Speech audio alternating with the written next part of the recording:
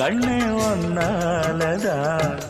யார் பேச்சு கேட்டாலும் என் காதில் கேட்பதெல்லாம் உன் பேருதான், எல்லாம் உன் பேருதான். இத்தனை நினப்பு என் மேல இருந்தும் எட்டி போகலாமோ?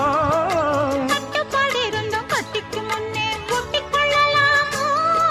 முத்தமிட்டா மோசம் எல்லாம் உண்டாகும்.